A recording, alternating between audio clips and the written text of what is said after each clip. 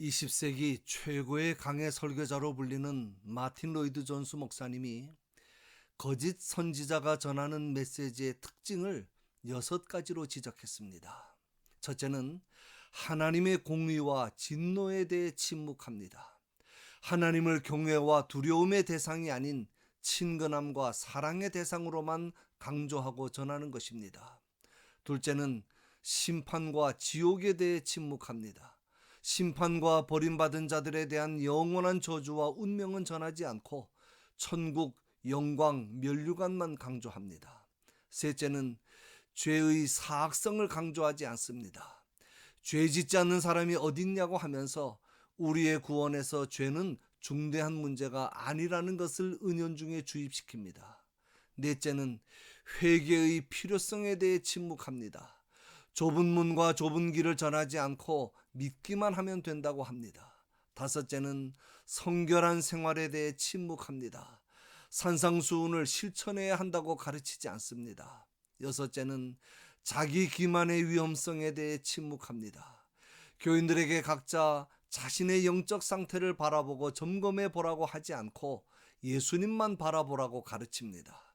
그래서 교인들로 하여금 자신의 참모습을 보지 못하고 구원받은 성도로 착각하며 살게 만듭니다. 이상 6가지입니다. 우리가 주님 앞에 서는 그날까지 마음속에 깊이 새기고 간직해야 할 중요한 지적입니다. 오늘 본문은 크게 두 부분으로 나눕니다. 악한 자의 특징과 하나님께서 미워하시는 죄를 각각 7가지씩 구체적으로 언급하면서 같이 경계하십니다. 먼저 악한 자의 특징을 말씀하십니다. 본문에서는 그냥 악한 자라고 하지 않고 불량하고 악한 자라고 말씀합니다. 히브리어 원문의 뜻을 보면 품행이 나쁘고 사악한 자를 가리킵니다. 그런 자의 가장 큰 특징이 구부러진 말을 하고 다닌다는 것입니다. 그러므로 불량하고 악한 자는 악을 행하는 것을 업으로 삼고 사는 자로서 자신의 악한 행동에 걸맞게 특히 혀로 거짓을 말하고 진실을 왜곡시킴으로 자기의 계획을 이루면서 하나님과 정면으로 대적하는 자입니다. 이런 자는 또 눈짓을 하며 발로 뜻을 보이며 손가락질을 한다고 말씀합니다. 그들은 눈짓과 발과 손가락으로 서로 암호를 주고받습니다. 그 암호의 뜻은 다른 사람을 해치기 위한 음모입니다. 그러므로 그들은 악한 손발을 이용해 분쟁을 일삼고 마음에 패역을 품고 다툼을 일으켜 사람들 사이를 이간질하는 것입니다. 그들은 뱀의 간교함과 수완으로 악한 계획을 밀고 나가며 자기 흉계를 수행해 나갑니다. 마음에는 악으로 가득 찬 탐욕을 품고 있습니다. 그래서 자기의 출세와 명예를 높이고 부를 확장하는 일만을 힘쓰는 것이 아니라 늘 주위에 있는 다른 사람들에게까지 해를 입힙니다. 남을 배려할 줄 모르고 남의 입장은 아랑곳하지 않고 자기의 이득만을 위한 이기주의로 살아가며 불친절하고 과격하게 말하는 한마디로 불화의 씨앗입니다. 그런 자들에게 내릴 하나님의 심판을 말씀합니다. 그러므로 그의 재앙이 갑자기 내려 당장에 멸망하여 살릴 길이 없으리라. 악인들은 거짓말과 악행으로 한때 선량한 사람들을 기만하고 함정에 빠뜨려 괴롭히고 자신은 그 덕에 호사를 누리며 살았지만 하나님의 재앙이 예고 없이 갑자기 덮쳐서 패망하고 말 것입니다. 그때는 아무도 그들을 도와줄 자가 없을 것이고 다시는 회복할 수 없을 만큼 완전히 패망하고 말 것입니다. 그 다음은 하나님께서 미워하시는 죄 7가지를 열거합니다. 16절에 여호와께서 미워하시는 것 곧 그의 마음에 싫어하시는 것이 67가지니 라고 말씀합니다. 하나님은 당연히 모든 죄를 미워하시지만 특별히 미워하시는 죄가 7가지가 있다는 것입니다. 완전수 7가지를 말씀하는 것은 우리가 특별히 범하지 않도록 주의해야 한다는 뜻입니다. 7가지를 사람의 지체를 비유로 말씀합니다. 첫째는 교만한 눈입니다. 하나님께서 미워하시는 죄 중에 교만을 제일 먼저 언급하시는 것은 교만이 모든 죄의 근본이 되기 때문입니다. 에덴 동산에서 인간에게 가장 먼저 들어온 죄가 하나님과 같이 되고자 하는 교만입니다. 그래서 교만은 모든 인간의 본성 밑바닥에 깔려 있습니다. 교만으로부터 모든 죄가 시작되는 것입니다. 교만한 눈은 문자적으로 높은 눈이라는 뜻입니다. 다른 사람을 아래로 보고 과소평가하고 무시하고 판단하고 정죄하는 것입니다. 둘째는 거짓된 혀입니다. 거짓된 혀는 거짓말뿐만 아니라 허위와 사기와 위선을 모두 포함하는 말입니다. 의도적으로 진실을 왜곡시키고 사람을 속여 파멸하게 만드는 모든 말과 행동을 가리킵니다. 셋째는 무죄한 자의 피를 흘리는 손입니다. 이 말은 잔인성과 흉악성을 가리킵니다. 요한복음 8장 48절에 마귀는 처음부터 거짓말쟁이요 살인자라고 했습니다. 거짓말과 살인은 항상 함께 갑니다. 거짓말로 무죄한 자의 인격과 명예를 잃게 만들고 살인으로 생명을 빼앗는 것입니다. 넷째는 악한 계교를 꾀하는 마음입니다. 즉흥적으로 악을 행하는 것이 아니라 어떻게 하면 악을 행할까? 어떻게 하면 효과적으로 속 시원하게 복수하고 어떻게 하면 내 욕심을 채울까? 마음으로 상상하며 계획하는 것입니다. 그러다 보니 악을 행할 새로운 아이디어가 자꾸 떠오르고 수법이 계속 진화하고 발전하는 것입니다. 그것이 마귀의 자녀라는 증거입니다. 다섯째, 빨리 악으로 달려가는 발입니다. 이것은 악을 행할 수 있는 기회를 놓치지 않기 위해서 신속하게 움직이는 것을 말합니다. 안전하서나 항상 악을 행동으로 옮길 기회와 방법을 찾는 일에 몰두합니다. 그러다가 이것이 기회다 싶으면 또는 이 방법이 좋겠다 싶으면 조금도 주저하지 않고 능숙하게 시행하는 것입니다. 여섯째, 거짓 증거입니다. 본문에서는 거짓을 말하는 망령된 증인이라고 했는데 원문대로 직역하면 거짓을 호흡하는 거짓 증인입니다.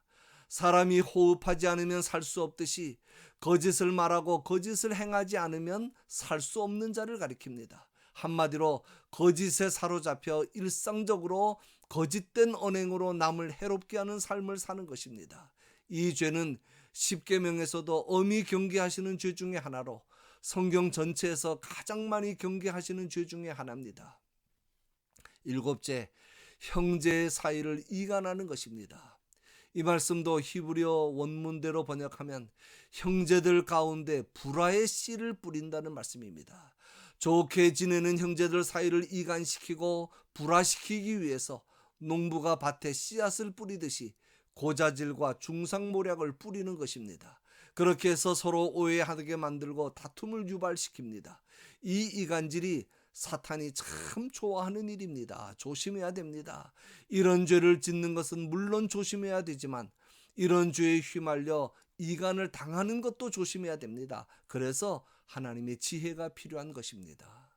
20절부터는 음행에 대한 경고의 말씀입니다. 먼저 음행죄를 예방하는 방법을 말씀합니다.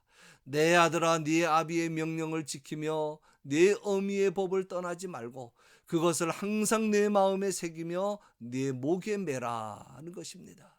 마음에 새기며에서 새긴다는 말의 히브리어 원문의 뜻은 묶어둔다는 뜻입니다.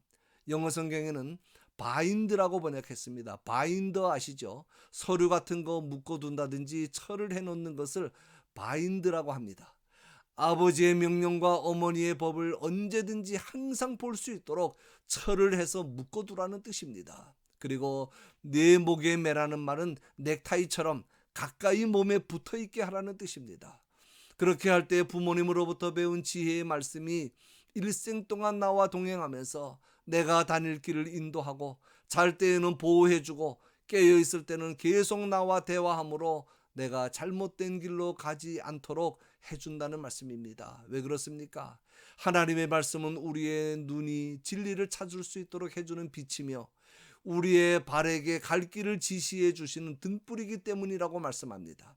하나님의 말씀은 어두운 굴 속에 들어오는 한 줄기의 빛과 같아서 어디로 가야 굴에서 빠져나가 살 수 있는지를 가르쳐 주십니다. 하나님의 말씀은 우리가 잘못된 길을 가고 있을 때 책망과 징계를 통해 깨닫게 해주셔서 올바른 길로 가게 해주십니다. 그렇게 해서 생명의 길로 인도해 주시는 것입니다. 마지막 부분은 음란한 죄에 대한 경고의 말씀입니다. 음란죄에 대한 경고의 말씀입니다. 한마디로 음녀의 유혹에 빠지지 말라는 것입니다. 성경에 이런 말씀을 참 많이 하는데 그 이유가 두 가지입니다. 하나는 이 죄가 모든 시대마다 얼마나 지천에 흔하고 이 죄의 결과가 자신뿐 아니라 가정에까지 얼마나 큰 해악을 끼치게 되는지를 알아야 하기 때문이고, 또 하나는 하나님의 백성들을 음란죄로부터 보호해 주시기 위해서입니다. 그럼에도 불구하고 음녀의 유혹에 빠지면 어떻게 됩니까? 첫째, 가난해집니다. 26절에 음녀로 말미암아 사람이 한 조각 떡만 남게 됨이며 음란한 여인은 귀한 생명을 사냥함이니라고 말씀합니다. 한 조각 떡만 남게 된다는 것은 극빈 상태가 된다는 뜻입니다. 음녀의 유혹에 빠지는 것은 사람을 가난하게 만들고 재산을 탕진시켜 알거지로 만드는 죄이며, 뿐만 아니라 결국은 생명까지 위험하게 됩니다. 음녀의 유혹에 빠지는 것은 결국 그녀에게 귀중한 생명을 사냥당하는 일이라는 말씀입니다. 둘째, 반드시 벌을 받습니다. 사람이 불을 품에 품고서야 어찌 옷이 타지 않겠으며 사람이 숯불을 밟고서야 어찌 발이 되지 않겠느냐고 말씀합니다. 무슨 말씀입니까? 아무도 모르게 숨길 수 있을 것 같지만 결국은 하나님께서 반드시 드러내서 벌하신다는 말씀입니다. 셋째, 동정도 받을 수 없습니다.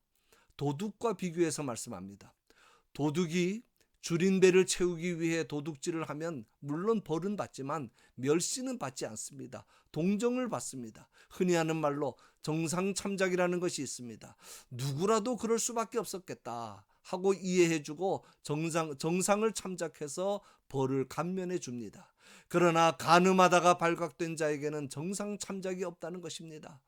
멸시받는 것은 물론이고 상대편 남편에게 용서받지 못하고 원수 갚음을 당할 것이고 가진 재산 다 팔아서 경제적인 보상까지 다 해주어야 한다는 것입니다. 이런 일은 지혜가 없는 어리석은 자에게서 일어나는 일이며 그 결과 영혼까지 망하게 된다는 말씀입니다. 결론입니다. 우리는 죄를 두려워해야 합니다. 죄의 유혹을 단호히 거부해야 합니다.